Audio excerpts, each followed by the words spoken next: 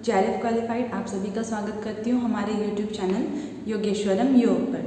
आज हम अष्टादशों अध्याय जो कि भगवद गीता का अंतिम अध्याय है वो आज करने जा रहे हैं। तो ठीक है, इसके पहले आप लोग सारे इस वीडियो को ज़्यादा से ज़्यादा लाइक, शेयर और सब्सक्राइब करें ताकि ज़्यादा से ज़्यादा लोग जो है इसका फ़ायदा उठा सके और हमसे जुड़ सके। ठीक है, तो चलते हैं आज अगले अध्याय की तरफ जो कि इस चैप्टर का भगवद गीता का अंतिम चैप्टर है। ठीक है,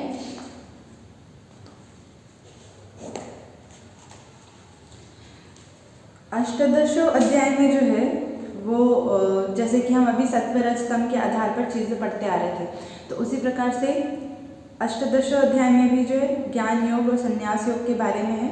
सत्व रज तम पे आधारित सारी बातें की गई है। तो इसमें जो है पहले तो अर्जुन कहते हैं कि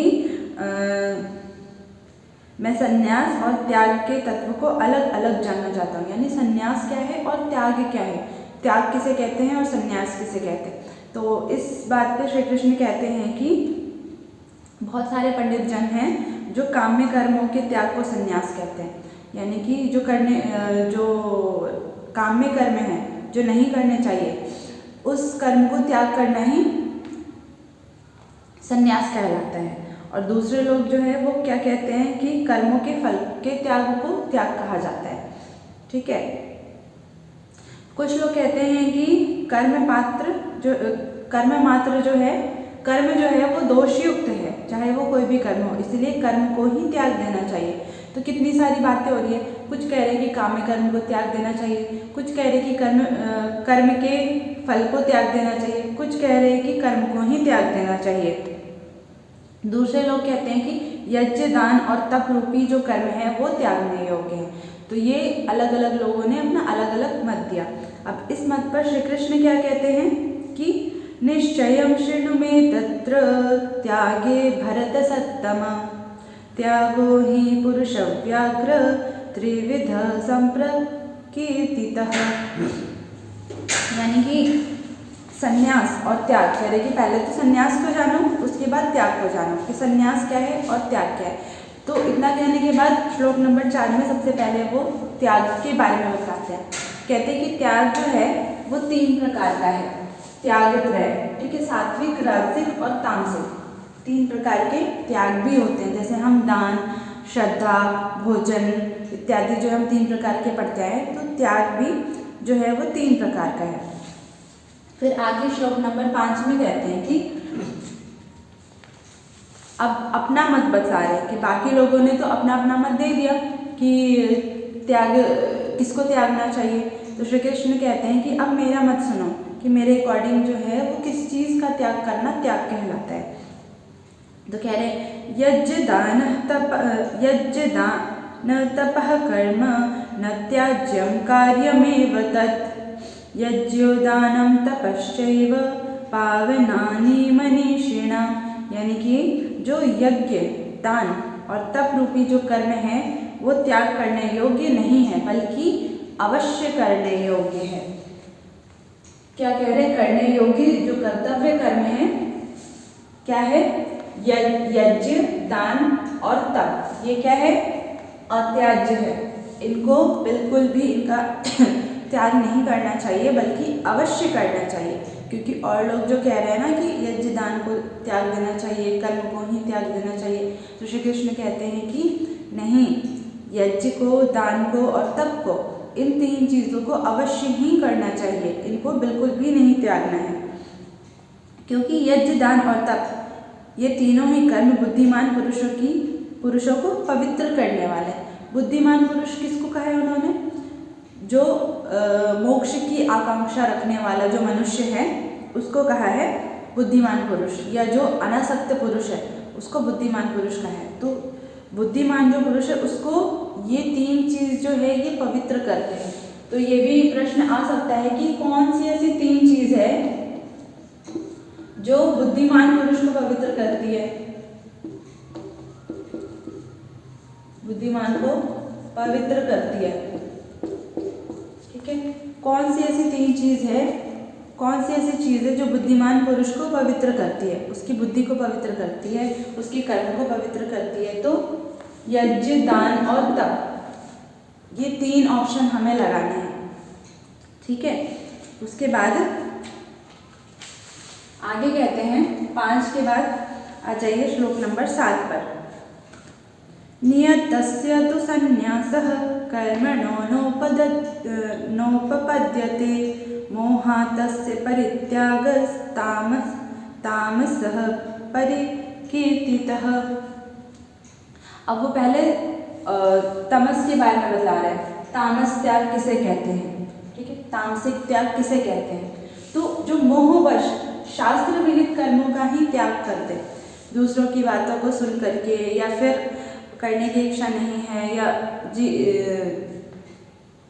किसी भी कारण से मोह में पड़ करके, अज्ञान में पड़ करके शास्त्र विहित कर्मों का जो त्याग कर देता है, जो कि अवश्य करने योग्य है, उनका ही त्याग कर देता है, तो इस प्रकार का त्याग क्या है? तामसिक त्याग कहलाता है। फिर आगे राजसिक त्याग के बारे में बतलाते हैं श्लोक नंबर 8 में। दुःखमित्येव यत्कर्म काय क्लेश भयात् त्यजेत् स कृत्वा राजसं त्यागं नैव त्यागफलं लभेत्। जो कुछ कर्म है वह सब दुख रूप है, मतलब इस संसार में जितने भी कर्म हैं वो सब क्या है? वो दुख स्वरूप है। ऐसा कौन मानता है? राजसिक प्रवृत्ति वाला मनुष्य। ऐसा समझ करके यदि कोई शारीरिक क्लेश, यानी कि हमें दुख ना हो, हमें दिक्कत ना हो, ऐसे समझ करके उसके भय से कर्तव्य कर्मों का त्याग कर दे। सेम जो तामसिक मनुष्य कर रहा था कर्तव्य कर्मों का त्याग, तो राजसिक भी उसको सभी कर्मों को दुख समझ करके कर्तव्य कर्मों का जो त्याग करता है, कर्मों को दुख रूप समझ करके कर्तव्य कर्मों का जो त्याग कर देता है, वो कैसा त्याग है? वो है राजसिक त्याग। ठीक है, आगे सात्विक त्याग के बारे में बताते हैं कि सात्विक त्याग कैसा होता है। कार्यमित्येव यत्कर्म नियतं क्रियते अर्जुन संगत्यक्त्वा फलं चैव स त्यागः सात्विको मतः। अर्थात जो मनुष्य न कर्म को त्यागे न फल को त्यागे, बल्कि कर्म फल की आसक्ति को त्याग दे, कर्म करे लेकिन अनासक्त होकर के, उसके फल की इच्छा रखे बिना जो कर्म करे, वो क्या है? वो सात्विक त्याग है। जो कर्म फलासक्ति को ही त्याग दे, बिना फल की आसक्ति रखे हुए जो प्रत्येक कर्म करते रहे, वो क्या है? वो सात्विक त्याग है। और एक्चुअली में वही त्याग कहलाता है और उसे ही हमें करना चाहिए।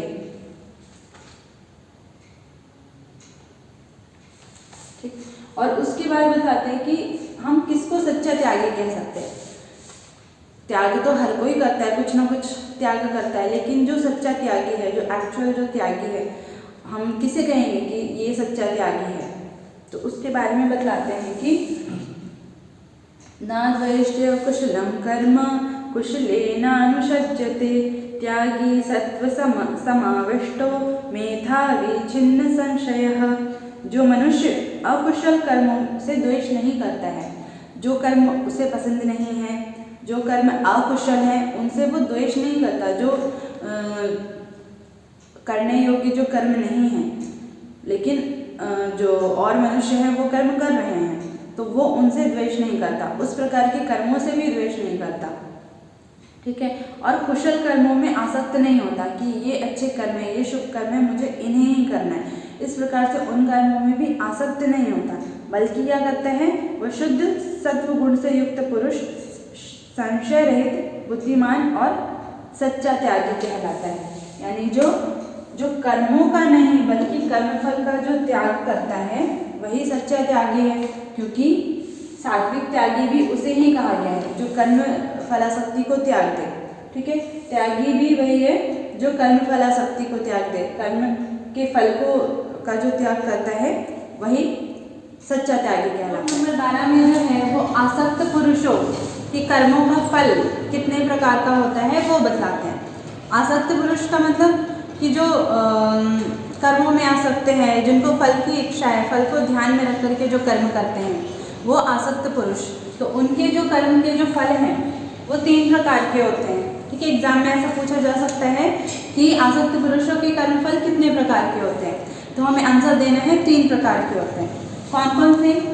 पहला है अनिष्ट। अनिष्ट का मतलब कि बुरा फल। ठीक है, उसके बाद है इष्ट। इष्ट का मतलब जो अच्छा फल यानी शुभ फल। शुभ कर्मों का शुभ फल मिलेगा और बुरे कर्मों का बुरा फल। लेकिन मिश्रित फल भी होता है। कोई मनुष्य तो सिर्फ अच्छा करता है, शुभ करता है, तो उसको सिर्फ शुभ फल मिलता है। जो मनुष्य अशुभ कर्म करता है उसको अशुभ फल मिलता है। लेकिन जो शुभ और अशुभ, जो ज़्यादातर जो पॉपुलेशन है वो मिश्रित कर्म करती है, तो मिश्रित फल मिलता है उसको। कहते हैं ना कि जीवन में हमेशा दुख नहीं रहता या जीवन में हमेशा सुख नहीं रहता। क्यों? क्योंकि हमने उस प्रकार के कर्म किए हैं। कुछ हमने सुखद कर्म किए, कुछ दुखद कर्म किए हैं, उसके अनुसार हमें सुखद और दुखद फल मिलता है। तो ये 3 प्रकार के हो गए हमारे आसक्त पुरुषों के कर्मों के फल। आगे श्लोक नंबर 13 से 15, ये जून 2019 के एग्जाम में पूछा जा चुका है कि सांख्य शास्त्र के अनुसार सर्व कर्म सिद्धि के कितने हेतु हैं, कितने कारण हैं? 5 कारण। ठीक है, सर्व कर्म सिद्धि यानी कि जितने भी इस दुनिया में जितने भी कर्म हैं, शुभ कर्म हो, अशुभ कर्म हो, कोई भी कर्म हो, छोटा कर्म, बड़ा कर्म, हर प्रकार के कर्म का सिर्फ और सिर्फ 5 कारण ही होता है। कैसे? अब मैं जो पढ़ा रही हूँ ये भी क्या मैं एक प्रकार से कर्म कर रही हूँ, तो इसके भी 5 कारण हैं, वो मैं बतलाती हूँ। पहला क्या है? अधिष्ठान। अधिष्ठान का मतलब हो गया पहला कारण अधिष्ठान। कर्म करने के लिए शुरुआत, जो भी कर्म हमें करना है, जैसे कि मैं ये वीडियो बनाना चाह रही हूँ, पढ़ाना चाह रही हूँ ऑनलाइन, तो इसके लिए मैं किस प्रकार से शुरुआत कर रही हूँ? अधिष्ठान कैसे कर रही हूँ उस कर्म का, कि पहले मैं उसको पढ़ रही हूँ, स्टडी कर रही हूँ कि किस प्रकार से मुझे पढ़ाना है। तो ये मैंने क्या किया? अपने इस कर्म का अधिष्ठान किया। दूसरा क्या है? कर्ता। कर्म करने वाला भी होना चाहिए, तभी तो कर्म होगा। तो कर्म करने वाला जो है वो क्या है? कर्ता। बिना कर्ता के कोई कर्म नहीं हो सकता। तीसरा क्या है इसमें कारण? उसको कहते हैं करण। करण का मतलब कर्म करने के लिए जो साधन किया जा रहा है, जो उपाय किया जा रहा है। अब मुझे वीडियो बनाना है तो इसके लिए क्या साधन है मेरे पास? मेरे पास ये मोबाइल फ़ोन है जिस पे मैं रिकॉर्डिंग कर रही हूँ, वीडियो बना रही हूँ। मेरे पास नेट है जिसकी वजह से आप लोग नेट के थ्रू ये वीडियो देख पा रहे हैं। तो ये क्या हो गया? कर्म का तीसरा कारण। चौथा हो गया चेष्टाएं। चेष्टाएं का मतलब इच्छाएं। जब तक मेरे अंदर क्यूरियोसिटी नहीं होगी, इच्छा नहीं होगी, तो मैं कार्य कैसे करूँगी, कर्म कैसे करूँगी? मेरे अंदर ये चेष्टा उत्पन्न हुई, इच्छा उत्पन्न हुई कि मुझे पढ़ाना है। ठीक है, मुझे अपने स्किल्स को सुधारना है, मुझे पढ़ाना है, लोगों को पढ़ाने में मुझे अच्छा लगता है। तो इसके लिए मैंने इच्छा व्यक्त करी, मैंने चेष्टा करी और मैंने ये वीडियो बनाना शुरू किया। पांचवा क्या है? पांचवा है दैव। पांचवा कारण है दैव। दैव का मतलब जो शुभ और अशुभ कर्म संस्कार होते हैं। हम जो भी कर्म करते हैं इस दुनिया में वो अपने पिछले कर्मों के संस्कार पे आधारित होकर के करते हैं। जैसे कि जिसने शुभ कर्म किया है तो उसके कैसे संस्कार बन गए? उसके शुभ संस्कार बन गए, तो उसी संस्कार के अनुसार वो उसका अगला कर्म होगा। जिसने बुरा कर्म किया तो उसके अशुभ संस्कार बन गए। अगर किसी ने एक बार चोरी करी तो उसके अंदर वो संस्कार बन गया, दोबारा भी वो चोरी करेगा, तीसरी बार भी चोरी करेगा, चौथी बार भी करेगा। तो इस प्रकार से उसके क्या कर्म संस्कार बनते जा रहा है और वही उसके कर्म का कारण हो गया, जिसको दैव कहते हैं। अब जैसे मेरे अंदर ये पढ़ाने की जो मेरे अंदर इच्छा प्रकट हुई, वो क्या मेरे शुभ संस्कारों की वजह से, मेरे शास्त्रों के अध्ययन के कारण, पठन पाठन के कारण मेरे अंदर ये संस्कार बना कि मुझे पढ़ाना है। तो दैव जो है इसमें कारण हो गया। तो इस प्रकार से ये 5 हो गए हमारे सभी कर्मों के सिद्धि के कारण। ठीक है, आगे जो है वो कहते हैं श्री कृष्ण की जो भी कर्म होता है वो इस प्रकार से होता है तीन चीजों के कारण होता है, तीन चीजों को आधार बना करके ही कर्म होता है, मन से, वाणी से और शरीर से। अब जो मैं ये पढ़ा रही हूँ, ये लिख रही हूँ, ये मेरा शारीरिक कर्म हो गया। शरीर से मैं लिखने का कार्य कर रही हूँ, तो ये शारीरिक कर्म हो गया। वाणी का कर्म कैसे हो गया? मैं जो अपनी वाणी से जो बोल रही हूँ, जो समझा रही हूँ, ये मैं अपनी वाणी के द्वारा कर्म कर रही हूँ। और मन के द्वारा कर्म कैसे किया मैंने जो अपने गुरु से जो सीखा, जो मैंने याद किया, उसको मैं अपने मन में चिंतन मनन करके और उसके बाद मैं बोल रही हूँ, तो ये हो गया मेरा मानसिक कर्म हो गया। तो ये तीन चीज जो है किसी भी कर्म करने का आधार होते हैं, ठीक है।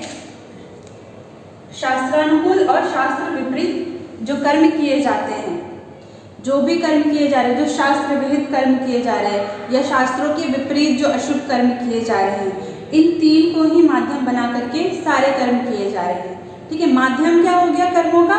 मन, वाणी, शरीर। और कारण क्या हो गया? अधिष्ठान, कर्ता, करण, चेष्टाएं और दैव, ये पांच। तो ये आपको ध्यान में रखना है। हो सकता है कि दोबारा से ये एग्जाम में ये प्रश्न पूछ ले, क्योंकि पिछली बार तो सिर्फ इतना ही पूछा था कि कितने कारण हैं, तो 5 कारण हैं, वो उसका आंसर था।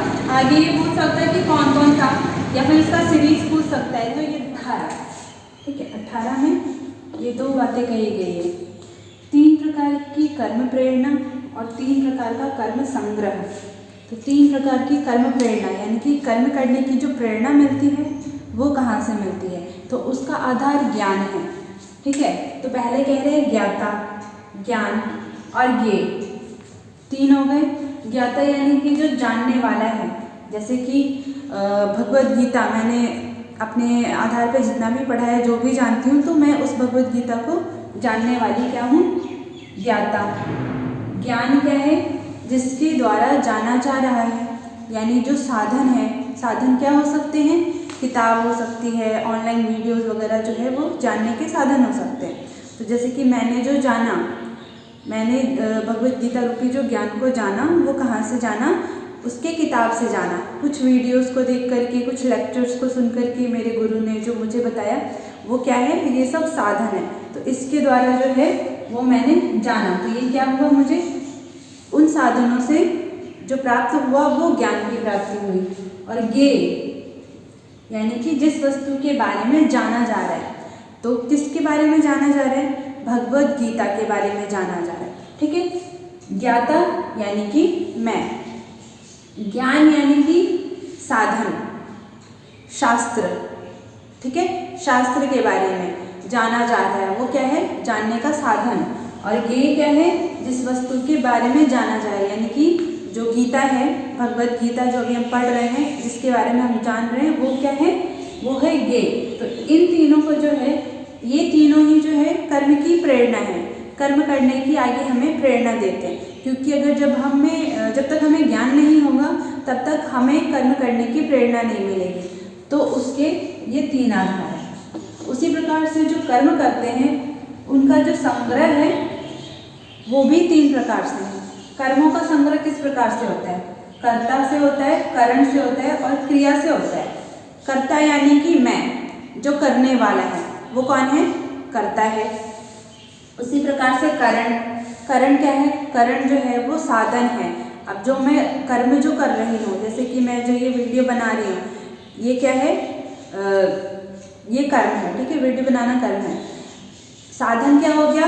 मेरे पास जो है किताब है, ये फ़ोन है, जिसके द्वारा मैं पढ़ करके और इस फ़ोन के द्वारा मैं वीडियो बना रही हूँ, तो ये हो गया करण। उसी प्रकार से क्रिया, जो किया जाने वाला जो कर्म है, जैसे जो मैं ये वीडियो बना रही हूँ, जो मेरे द्वारा ये जो कार्य किया जा रहा है, वो क्या हो गया? उसको कहेंगे क्रिया। तो यही जो है वो कर्म करने का संग्रह है। कर्मों का संग्रह इन तीनों के आधार पर ही होता है। एक कर्म करने वाला होना चाहिए, दूसरा कर्म करने का साधन होना चाहिए, और तीसरा जो क्रिया, जो कार्य हम कर रहे हैं, इन तीनों के द्वारा ही क्या होता है? किसी भी कर्म का संग्रह होता है। और कर्म की प्रेरणा कहाँ से मिलती है? ज्ञाता, ज्ञान और ज्ञेय के द्वारा। तो जानने वाला है, जो जाना जा रहा है, और जो जानने का जो साधन है, ठीक है, इनके द्वारा जो है वो कर्म की प्रेरणा है। तो श्लोक नंबर 20 से 28 तक बतलाते हैं 3 प्रकार के लोगों के बारे में, जो सात्विक है, जो राजसिक है और जो तामसिक है। तो सात्विक में पहले तो बता रहे हैं पहले कि ज्ञान त्रय, यानी कि 3 प्रकार के ज्ञान, सात्विक ज्ञान, राजसिक ज्ञान, तामसिक ज्ञान। तो 3 प्रकार के ज्ञान कैसे कैसे होते हैं। तो जिस ज्ञान के द्वारा भूतों यानी कि प्राणियों को परमात्मा में स्थित देखा जाए, वैसा ज्ञान, वैसा तत्व ज्ञान, वैसा ज्ञान किसके पास होता है? शुद्ध बुद्धि वाले मनुष्यों के पास होता है, योगी मनुष्यों के पास होता है, साधु और ज्ञानियों के पास होता है, कि वो जानते हैं कि हर प्राणी में, चाहे वो छोटे से छोटा हो, चाहे बड़े से बड़ा हो, ठीक है, तो हर प्राणी में परमात्मा का ही अंश रूप विद्यमान है। इस प्रकार से जो देख करके, जो जान करके जो व्यवहार करता है, उसका ज्ञान सात्विक ज्ञान माना जाता है। दूसरा कैसा है? राजसिक ज्ञान। राजसिक ज्ञान में कहते हैं कि जिस ज्ञान के द्वारा प्राणियों में पृथक पृथक भाव रखा जाए, वैसा ज्ञान, जिस ज्ञान के द्वारा हम मनुष्य को मनुष्य समझते हैं, जानवर को जानवर, पक्षी को पक्षी, कीड़ों को कीड़े, पेड़ को पेड़, ऐसे समझ करके उनके साथ अलग अलग व्यवहार करते हैं, एक जैसा व्यवहार नहीं करते। तो इस प्रकार का जो ज्ञान है वो कैसा है? राजसिक ज्ञान है। फिर आगे तामसिक ज्ञान है। कैसा? जो अयुक्त ज्ञान है, जो कितना भी समझा दो जिसको समझ में नहीं आ सकता, तथा तत्व ज्ञान से जो रहित है, तत्व ज्ञान से उसका दूर दूर का नाता नहीं है। राजसिक मनुष्य को अगर एक बात को समझाया भी जाए कि हर मनुष्य, हर प्राणी, चाहे वो छोटा हो चाहे बड़ा हो, सब में परमात्मा का अंश रूप है, तो शायद एक समय को जाकर के उसको समझ आ जाए। लेकिन जो तामसिक ज्ञानी है, उसकी बुद्धि जो है वो बिल्कुल अयुक्त है, उसको उस ज्ञान के बारे में कितना भी आप समझाओ वो नहीं समझ सकता, क्योंकि उसकी बुद्धि कैसी है? अयुक्त है, और उसका जो ज्ञान है शरीर को ही सब कुछ मानता है। तामसिक मनुष्य का जो ज्ञान है वो कहता है कि शरीर ही सब कुछ है, जैसे कि चार्वाक दर्शन कहता है। क्या कहता है? कि जब तक जीवित हो शरीर ही एक माध्यम है, इसलिए जब तक जियो तब तक सुख से जियो और ऋण लेकर के घी पियो। चार्वाक दर्शन का यही कहना है कि चाहे तुम्हें उधार लेना पड़े, ऋण लेना पड़े, पैसे लेने पड़े, लेकिन फिर भी सुख से जियो, घी पियो, अच्छे खाओ, अच्छा पहनो। तो इस प्रकार का जो ज्ञान है वो तामसिक है, कि हमारा अगला जन्म नहीं होगा, जो भी करना है वो इसी जन्म में करना है, और जो सुख भोगना है वो अभी भोगना है, ठीक है। इस प्रकार का जो ज्ञान है वो तामसिक ज्ञान है। फिर आगे है कर्मत्रय। 3 प्रकार के कर्म भी होते हैं, सात्विक, राजसिक, तामसिक। सात्विक कर्म कैसे होते हैं? सभी को, आप लोगों को पता है, जो शास्त्र विधि से युक्त हो, जो शास्त्रों में जिस कर्म का वर्णन है, जिस यज्ञ का, तप का, दान का वर्णन है, वो है शास्त्र युक्त कर्म। तो शास्त्र विधि से नियत जो कर्म है वो सात्विक कर्म है, तथा फल आसक्ति से रहित है, यानी हम फल इच्छा के बिना हम अपना धर्म मान करके जिस कर्म को कर रहे हैं वो क्या है? वो सात्विक कर्म है, जिसके द्वारा सिर्फ हमें तो बेनिफिट होगा ही, उस फल को ध्यान में नहीं रखना, लेकिन दूसरों का भी कल्याण हो। जैसे जो हम यज्ञ करते हैं, तो यज्ञ से जो सूक्ष्म वायु, जो औषधीय वायु जो जनरेट होती है, वो ना सिर्फ हमें बेनिफिट पहुंचाती है, बल्कि जितने वैसे जीव जंतु जो हमें खुली आंखों से दिखाई भी नहीं देते, उनके लिए भी वो बेनिफिशियल होती है। तो इस प्रकार से जो फल की इच्छा रखे बिना जो जन कल्याण के लिए जो कार्य करे, वो क्या है? सात्विक कर्म है। राजसिक कर्म कैसा है? बहुत परिश्रम किया जा रहा है, बहुत मेहनत कर रहे हैं, क्या फल आएगा पता नहीं। जो बहुत परिश्रम से युक्त होकर के जो कर्म किया जाए, जो फल की आकांक्षा युक्त किया जाए, जो कर्म कि ऐसा करने से हमें उस चीज़ की प्राप्ति होगी, ठीक है। फल को ध्यान में रख करके जो कर्म किया जाए कि अच्छा मुझे IAS बनना है तो मुझे पढ़ाई करनी है, ये चीज़ अच्छी है कि एक गोल रखो, लेकिन फल की इच्छा मत रखो। फिर अहंकार युक्त कि मैं जो कर्म कर रहा हूँ, मैं आज मैंने बंगला ले लिया, आज गाड़ी ले ली, मैं ऐसा कर सकता हूँ, मैं वैसा कर सकता हूँ, मैं सब कुछ कर सकता हूँ। अपने ऊपर अहंकार, अपने आप को ही हर चीज़ का माध्यम मान करके घमंड में चूर रहना कि मैं जैसा कर सकता हूँ वैसा दूसरा नहीं कर सकता। तो इस प्रकार का जो कर्म है वो राजसिक कर्म है। तामसिक कर्म में क्या होता है कि जो तामसिक मनुष्य होते हैं वो परिणाम को नहीं ध्यान में रखते कि इसका क्या परिणाम हो सकता है, क्या नुकसान हो सकता है, क्या फ़ायदा हो सकता है, वो परिणाम को नहीं देखते, हानि को नहीं देखते कि उससे क्या क्या नुकसान होगा, हिंसा को नहीं देखते कि उससे किन किन की मृत्यु होगी। अब जैसे कि अगर हम अगर बॉम्ब कोई गिरा दे तो क्या होगा, गिरा तो रहा है लेकिन परिणाम को ध्यान में नहीं रख रहा, कुछ आविष्कार कर रहा है, नई चीज़ों का आविष्कार कर रहा है, ध्यान में नहीं है कि आगे क्या क्या हो सकता है। तो उस प्रकार का जो कर्म हो गया वो हो गया तामसिक। साइंटिस्ट लोग जो कर्म करते हैं, जो आविष्कार करते हैं, वो तो खैर ध्यान में भी रखते हैं कि हाँ इसके बाद ये बेनिफिट होगा लेकिन ये नुकसान भी हो सकता है, ठीक है, तो उसका जो नुकसान हो रहा है उसका वो तोड़ पहले से भी निकाल लेते हैं। लेकिन जो तामसिक कर्म होते हैं, जो दूसरों की नुकसान देने के लिए ही जो कर्म किए जा रहे हैं, वो परिणाम को नहीं देखते, उससे होने वाली हानि को नहीं देखते और विचार किए बिना ही अज्ञानता से युक्त होकर के सारे कर्म करते हैं। तो ये हो गया 3 प्रकार के कर्म। फिर कर्ता त्रय, कर्म तो किया, अब कर्ता करने वाला कैसा है, सात्विक, राजसिक और तामसिक 3 प्रकार का कर्ता है। तो जो सात्विक कर्ता होता है वो संग्रह तथा अहंकार रहित होता है, वो बहुत चीज़ों को इकट्ठा नहीं करता, संग्रहित नहीं करता, उसके अंदर अहंकार मात्र बिल्कुल भी नहीं होता, थोड़ा सा भी अहंकार नहीं होता। धैर्य और उत्साह से युक्त होता है, वो जो भी कार्य कर रहा है, जो मनुष्य बिल्कुल धैर्य से कि चलो इस बार अगर मैं एग्ज़ाम में क्वालिफाई नहीं हुआ तो अगली बार ज़रूर होऊंगा, मेरी कुछ कमी रह गई होगी इसकी वजह से ऐसा नहीं हुआ, तो अगली बार वो और ज़ोर शोर से तैयारी करता है और उत्साह से लग जाता है, अपने उत्साह को, अपने धैर्य को जो नहीं छोड़ता है, वो कैसा हो गया, वो सात्विक कर्ता हो गया। तथा संभाव कि जो भी फल आ रहा है, अच्छा आ रहा है, बुरा आ रहा है, भले ही हमने बहुत मेहनत करी लेकिन अगर हमारा एग्ज़ाम क्वालिफाई नहीं हुआ तो उसमें हम शोक में नहीं डूब रहे, हम समस्थिति में हैं कि जो भी परिणाम हो हम उसको भुगतने के लिए तैयार हैं। तो ये हो गया सात्विक कर्ता। उसी प्रकार से राजसिक कर्ता जो होता है वो फल आसक्ति से युक्त होता है, फल को ही ध्यान में रख करके करता है कि मुझे ऐसा चाहिए इसीलिए मुझे ऐसा करना है। लोभी होता है, दुराचारी, मतलब दूसरों को कष्ट देने को तैयार रहता है कि भले इस कार्य में दूसरों को कष्ट हो लेकिन वो ऐसा करेगा ही करेगा। हर्ष और शोक में लिप्त होता है कि अगर कुछ अच्छा हुआ तो तुरंत वो उत्साहित हो जाएगा, खुश हो जाएगा, लेकिन अगर उसके साथ कुछ बुरा हुआ तो वो तुरंत दुखी हो जाएगा, रोएगा, परेशान रहेगा। तो इस प्रकार का जो करता है वो राजसिक करता है। तामसिक कैसा होता है, वो तो अयुक्त होता है, अज्ञानी होता है, ज्ञान तो है नहीं उसके पास, धूर्त होता है, धूर्त यानी कि जो दूसरों को जो धोखा दे, दूसरों को धोखा दे करके जो कार्य करे वो होता है तामसिक कर्ता।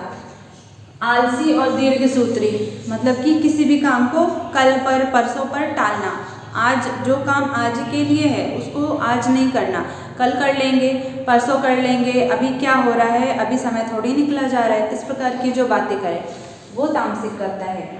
शोक से लिप्त है, मतलब कि अपने साथ बुरा हो तो शोक तो करेगा ही, दूसरों के साथ अगर अच्छा हुआ तो उसके लिए वो शोक करेगा कि उसके साथ ऐसा अच्छा क्यों हुआ, मेरे साथ क्यों नहीं हुआ, उसकी नौकरी लग गई मेरी नहीं लगी। तो ऐसा दूसरों को भी देख करके जो शोक में डूबा रहे वो है तामसिक कर्ता। दूसरों की जीविका को नष्ट करने वाला, अपने लिए कुछ अच्छा हो चाहे ना हो लेकिन दूसरे का कभी अच्छा होना नहीं चाहिए, दूसरों को परेशान करे, दूसरों की जीविका को नष्ट करने में जिसको खुशी मिले, तो उस प्रकार का जो करता हुआ वो तामसिक कर्ता है। हमारा श्लोक नंबर 30 से 39 तक। तो इसमें जो है बुद्धि के बारे में बताते हैं, 3 प्रकार की बुद्धि, 3 प्रकार की धृति और 3 प्रकार का सुख।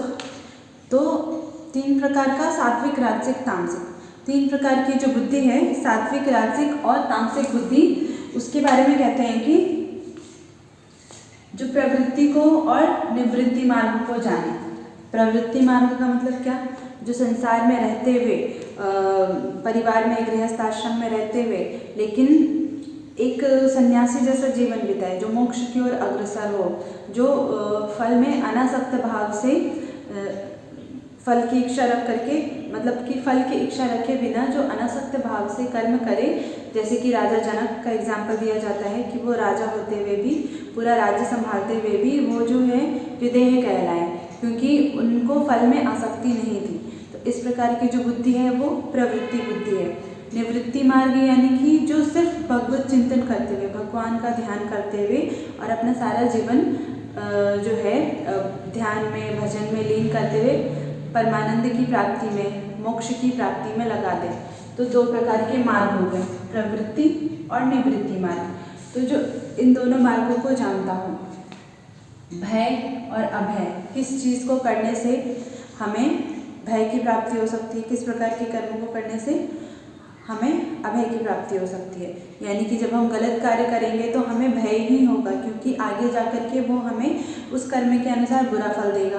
अभय यानी कि अगर हम लोगों की मदद करते हैं, अच्छे कर्म करते हैं, तो वो उस प्रकार का कर्म हमें अभय देता है।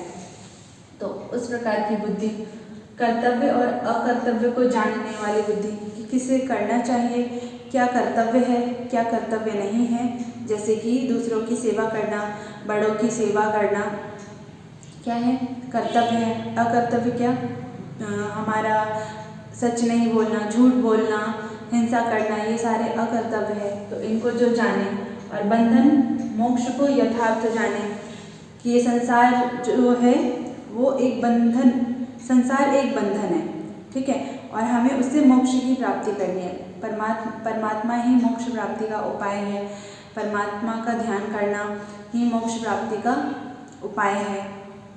तो इस प्रकार से जो मोक्ष को भी जानता हो और बंधन क्या है, क्योंकि जब तक हम दोनों चीज़ों को नहीं जानेंगे हम कैटेगराइज नहीं कर पाएंगे, हम डिसीजन नहीं ले पाएंगे कि हमें क्या करना है, हमें क्या नहीं करना। इसीलिए जो दोनों, वैसी बुद्धि जो दोनों को जाने, ठीक है, अच्छा क्या है, बुरा क्या है, गलत क्या है, सही क्या है, इन दोनों को जो जानती है और यथार्थ जानती है, यानी कि जो जैसा है वो वैसा ही जानती है, तो उस प्रकार की बुद्धि कैसी है, सात्विक है।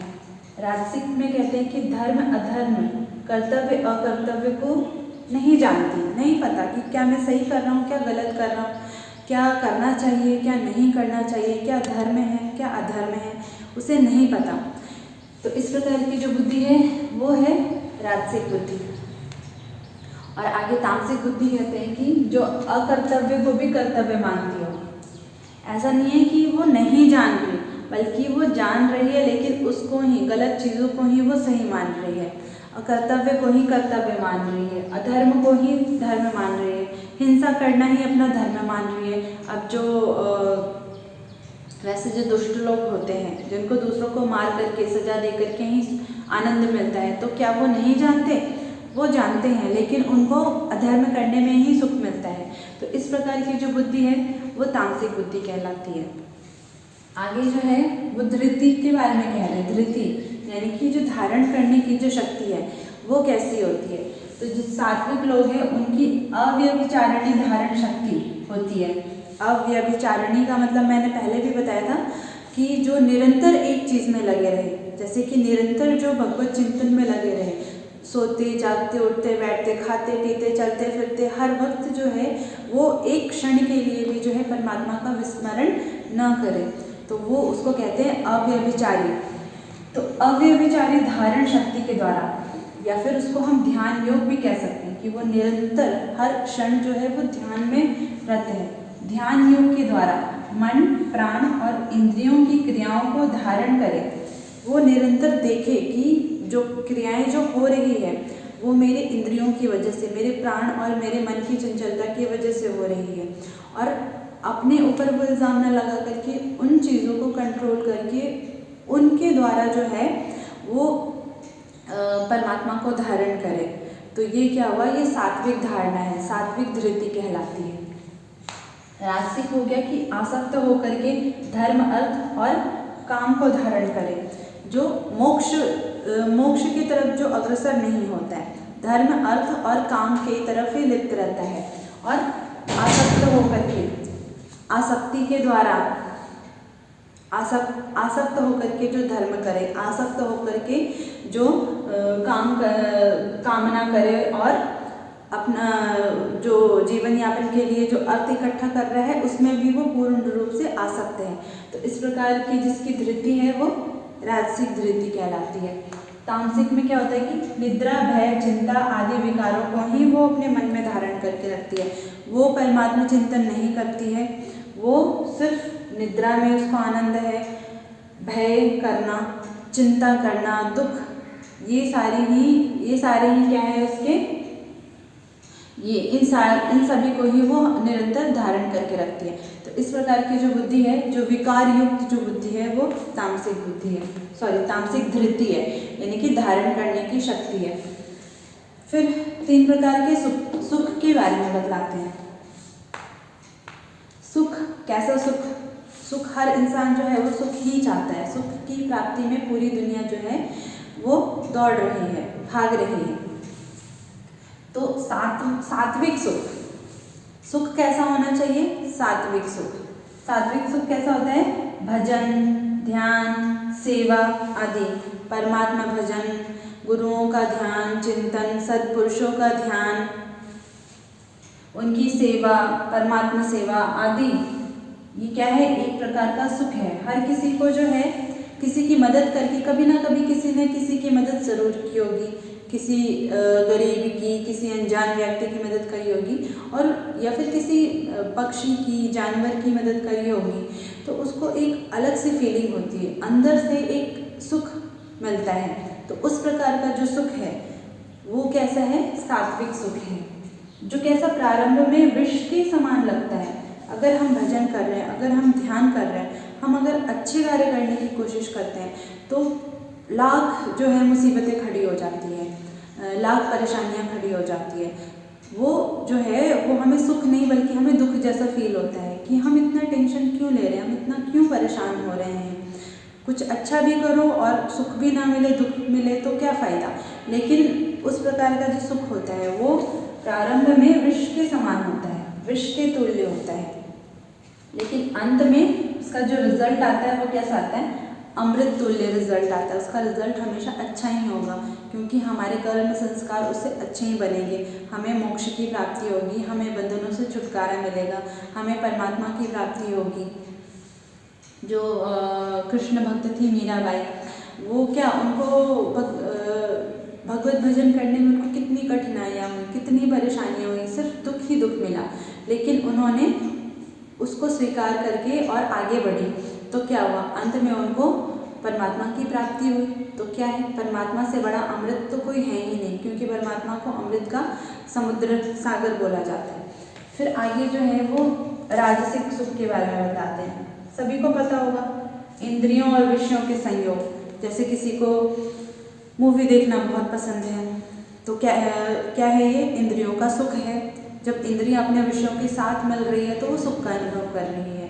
किसी को मीठा खाना बहुत पसंद है, तो जो हमारी जो जीवा है, जीवा इंद्रियां जो हैं, वो मीठे के साथ मिलकर के सुख का अनुभव कर रही है। लेकिन अंत में क्या हो रहा है? अगर हम ज़्यादा टीवी देखते हैं तो अंत में हमारी आंखें खराब हो जाती हैं। हमने अगर ज़्यादा मीठा खा लिया तो लास्ट में हम बीमार पड़ जाते हैं, हमें डायबिटीज़ और अन्य बीमारियां हो सकती हैं। तो उस प्रकार का जो सुख, जो प्रारंभ में बहुत अच्छा लगता है, अमृत के जैसा, कि इससे बड़ा सुख तो कुछ है ही नहीं, लेकिन लास्ट में क्या होता है? विष के तुल्य हो जाता है। वो हमें नुकसान ही देता है, शारीरिक, मानसिक रूप से, हर तरीके से हमें जो है वो नुकसान ही करता है। तो इस प्रकार का जो सुख है वो राजसिक सुख है। और तामसिक सुख कैसा होता है? प्रारंभ में भी और परिणाम में भी जो आत्मा को मोहित करें। चलो, राजसिक वालों को तो एक बार में समझ में आ सकता है। जैसे अगर मीठा खा के डायबिटीज़ हो गया, तो मीठा खाने से डायबिटीज़ हो गया तो अब हम मीठा नहीं खाएंगे, तो वो उस चीज़ को नेग्लेक्ट कर रहा है, उस चीज़ को छोड़ने की कोशिश कर रहा है। लेकिन जो तामसिक व्यक्ति है, वो क्या होता है? उसकी आत्मा मतलब वो पूरी तरीके से मोह में बिल्कुल ग्रसित हो जाता है। उसको समझ में ही नहीं आता कि ऐसा नहीं करना चाहिए। उसको डायबिटीज़ भी हो जाए, उसकी आंखें भी खराब हो जाए, लेकिन उसे समझ में नहीं आएगा, उसे सुखों का भोग ही करना है, वो अपनी आदतों को वो नहीं छोड़ सकता। तो इस प्रकार का जो व्यक्ति है वो तामसिक है। आलस्य में, निद्रा में और प्रमाद आदि से जो उत्पन्न जो सुख है, अपने कार्य को कल पर टालना या दूसरों पर टालना, या फिर निद्रा लेते रहना, दिन रात बस नींद में ही डूबे रहना और प्रमाद करना, ठीक है, व्यर्थ की चिंताएं, व्यर्थ की चेष्टाएं, व्यर्थ की इधर उधर की बातें करना, फालतू के कार्य करना, तो इस प्रकार के कार्यों में जिसको सुख मिलता है वो कैसा है, वो तामसिक सुख कहते हैं उसको। ठीक है, तो ये हमने बुद्धि धृति जो है वो 4 वर्ण जो हैं ब्राह्मण, क्षत्रिय, वैश्य और शूद्र, इनके स्वाभाविक कर्मों के बारे में बता रहे हैं, इनके स्वभाव के बारे में बता रहे हैं। यह श्लोक नंबर 42, 43, 44 और 45, ठीक है, इन 4 श्लोकों में इसका वर्णन किया गया है। तो पहले ब्राह्मण के बारे में बतलाते हैं कि शम यानी कि मनोनिग्रह, जो अपने मन का निग्रह करे, बाहर की तरफ भटकने ना दे, अपने कंट्रोल में रखे अपने मन को।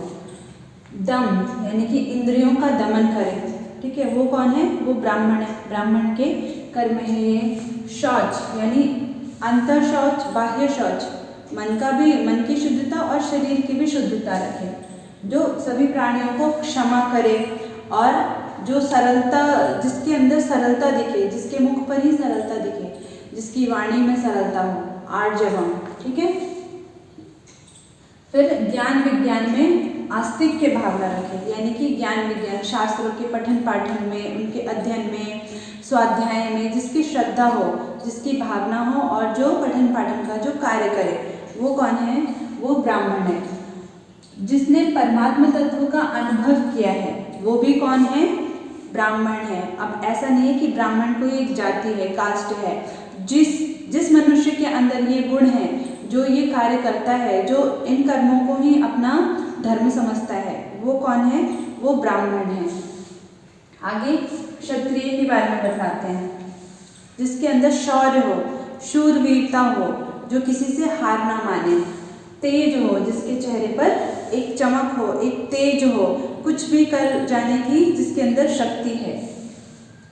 धृति यानी कि जिसकी जो धारणा शक्ति है, वो किसी भी चीज़ को एक्सेप्ट करने के लिए तैयार है, जो धृतिवान हो, जो चतुर हो, चतुराई से जो अपने दुश्मनों के पंजे से निकल जाए, वो कौन है, क्षत्रिय है। जो युद्ध से पलायन ना करे, कभी भी युद्ध से भागे नहीं, चाहे वो अंदर का युद्ध हो, चाहे वो बाहर का युद्ध हो। बाहर का युद्ध यानी कि जो हम नॉर्मल जो देखते हैं, जो युद्ध, जो लड़ाई छिड़ती है, वो बाहर का। अंदर का युद्ध क्या हुआ, जो हमारे मन में जो निरंतर जो उद्वेग पैदा होता रहता है कि ऐसा करना चाहिए या वैसा करना चाहिए, तो उन चीज़ों से वो भागे नहीं, बल्कि उस चीज़ का सामना करें, किसी चीज़ से हार ना माने, तो वो हो गया युद्ध से पलायन ना करना। जो हमेशा दान देने को तैयार है, दान दक्षिणा दे और ईश्वरीय भावना रखे, साथ ही साथ क्या है, जो ईश्वर में अपनी भावना रखे, ईश्वर में आस्तिक्य की भावना रखे, वो क्या है, क्षत्रिय है। और जो स्वाभिमानी हो, स्वाभिमानी हो यानी कि जो अपने सम्मान के लिए, सम्मान पे उसके चोट ना आ सके, कुछ ऐसा भी कार्य ना करे कि जिससे उसके सम्मान पर किसी प्रकार का चोट आ सके। हर किसी का अपना एक स्वाभिमान होता है, तो उस प्रकार से क्षत्रिय क्या है, स्वाभिमानी होता है। वैश्य, वैश्य यानी कि जो क्रय विक्रय का कार्य करे, उसका क्या कार्य है, कृषि करना, खेती, गौपालन, ठीक है, गाय का पालन, गाय की रक्षा करना, उसकी सेवा करना, ये वैश्य का कार्य है।